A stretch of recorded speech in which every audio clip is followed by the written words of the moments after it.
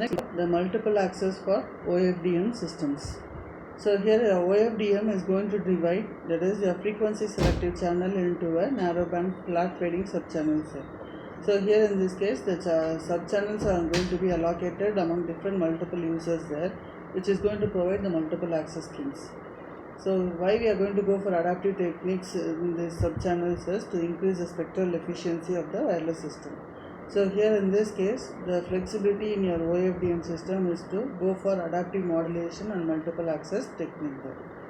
So the multiple access overviews, it is going to provide the idea of multiple access is to provide non-interfering and communication channels for each active base station subscriber link. So in a base station and subscriber are going to be connected, there should be no interference there. So the most common ways of to divide the available channel among the multiple users is, one is frequency division multiple access. So in this case, each user will receive a unique frequency slot and a carrier frequency and bandwidth there. In time division multiple access, each user will be given a unique time slot either on demand or on a round robin rotation, that is a fixed rotation method. Third method is your orthogonal code division multiple access. So orthogonal code division multiple access, a CDMA technology is, our system is going to allow each user to share both the bandwidth and the time slot with many other users. So here, all the three are going to have the same capacity in an additive noise channel there. So the limitations of the above multiple access schemes are going to be our bandwidth or interference limited system, and here orthogonality is not possible in dense wireless system there. So here the only guarantee the orthogonality between the users in the same cell. So here multiple access techniques have different delay characteristics, and so appropriate for different types of data. So conclusion is, what we are going to see is the limitation of the limitation of the above multiple access scheme can be mitigated by using of your OFDM technique, OFDMA. So in your OFDMA, we are going to we are going to see what is meant by random access and versus multiple access. So the fixed multiple access methods are going to be a TDMA, FDMA, CDMA are going to become inefficient, and there is going to be a burst errors that are going to be present in the traffic. So we go for random access. So in a random access scheme, what we are going to do is, we are going to dynamically assign the radio resources. The radio resources are going to be dynamically assigned to a large set of users, even with relative busty traffic. So here in this case, the basic random access techniques that are going to be is Aloha and the slotted Aloha there in CSMA. So here in this Aloha technique, what we are going to do is, the user is going to simply transmit the packets without the regard to the other users there. So when it is going to be increasing, this scheme will become increasingly inefficient when there is going to be a delay in transmitting the packets. As the intensity of the traffic increases, the packets will be continuously transmitted without any regards there. So as a result, there is a process of chances of collision to occur in the transmissions. So as a result, hence retransmissions has to be done. So in slotted Aloha, what we are going to do is, this is going to be about by a factor of 2, since your users are going to be transmit the packet only for a specific time boundary, and collisions are going to be reduced by half that, because only during the restricted time slots the packets will be delivered there. As a result, the collisions can be reduced. So next is a carrier sense multiple access. So the carrier sense multiple access is going to be an improvement over Aloha and the slotted Aloha through carrier sensing. That means that users will listen to the channel before transmitting, so that it can avoid the collisions whenever possible there. So the FDMA and TDMA are going to be more efficient compared to the carrier sense multiple access. Then all the users have packets to send. The unused frequency slots and time slots in FDMA also are going to bring down the bandwidth efficiency. So here in this case, half the bandwidth is going to be wasted in your TDMA and your FDMA voice systems there. So CDMA system has proven so successful for your voice communication there. So here in this case, the efficiency of the connection oriented MAC can approach 90% compared to best 50 percentage as or less in case of your CSMA wireless system such as 802.11. So here a conclusion is mainly we need high spectral efficiency and low delay in LTE is going to make impossible to use of CSMA, and the burden of resource assignment is placed on the base stations. So here extremely high spectral efficiency and low delay is the requirement want in LTE. So which makes impossible to the use of CSMA there. And the resource assignment is going to be placed on the base stations.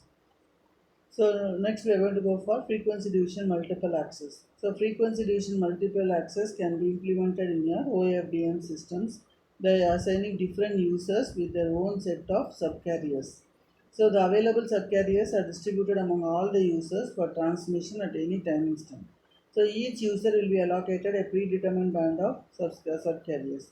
So this allows adaptive techniques for subcarrier, and based on the subchannel condition, the adaptive techniques can be followed.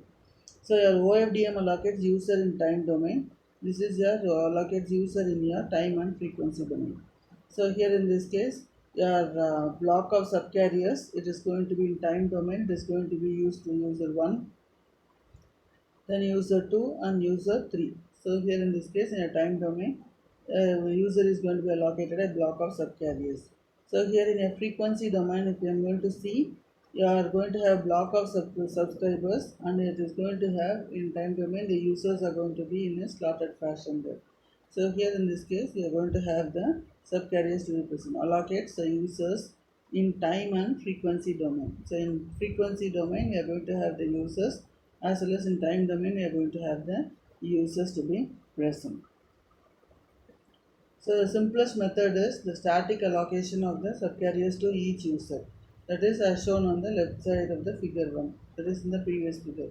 So for example, in a 64 subcarrier OFDM system, user 1 can take subcarriers 1 to 60, and user 2 can take user 2, 3, 4 can take 17 to 32, 33 to 48, and 49 to 64 respectively. The subcarriers are going to be fixedly allocated to the each user there. So here the allocations are going to be enforced with a multiplexer for the various users before the IFFT operation there. So your OFDMA and LTE is going to be as an explicit time sharing, and procedures are going to be allowed for the dynamic allocation of the subscribers.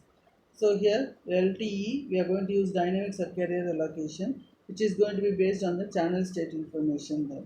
So for example, due to frequency selective fading, user 1 may have relatively good channels in subcarriers 33 to 48, while user 3 might have good channels on subcarriers 1 to 16. So it would be mutually beneficial for these users to swap the static allocations. So a time division multiple access. So a particular user is going to be given all the subcarrier of the system for any particular symbol duration there. So here a user 1 will be allocated for this duration, and the user 2 will be allocated for the next duration. So each user is going to be assigned a time slot during which all the subcarriers can be used for that particular user. So adaptive loading can be performed on all these subcarriers depending on the channel conditions. So here the number of symbols per frame can be varied based on each user's requirement. So the power consumption reduction is going to be less. So degrading performance should be taken into account in delay constraint systems. So a packet-based system like LTE can employ more sophisticated scheduling algorithms. So here in this case, the scheduling algorithms are going to be based on queue length, the channel conditions, and the delay constraints to achieve better performance than static TDMA. So here code division multiple access. So here user data is going to be spread over several subcarriers under OFDM symbols using spreading codes and combined with signals from other users there. So hybrid access schemes that combines the benefits there. So OFDM, it is going to provide a simple method to overcome the ISA effect of multi-path frequency selective channel. So in CDMA, it is going to provide frequency diversity and multi-user access scheme. So here several users are going to be transmitted over the same subcarriers. In wireless broadband networks, the data rate already are going to be very large. So the spreading of the spectrum further is not viable. So here we are going to see how the complexity is going to vary. So initially OFDM TDMA, then we went for OFDM FDMA, then we went for OFDM CDMA. So granularity, the performance wise, it is increasing and complexity is also increasing there. So OFDM and CDMA are not fundamentally incompatible. They can be combined to create a multi-carrier CDMA waveform. So multi-carrier CDMA is not part of the LTE standard. So here the multiple types, the advantages and disadvantages. In OFDM TDMA, it is going to be a simple implementation and it is flexible.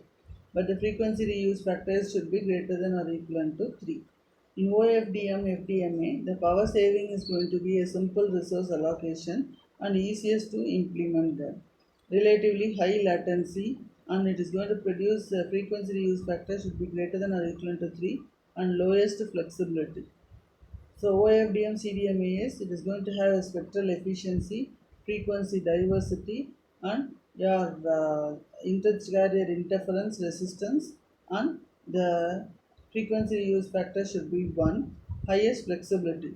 So the requirement of power control and the implementation complexity is the disadvantage which we have in the case of OFDM CDMA. Thank you.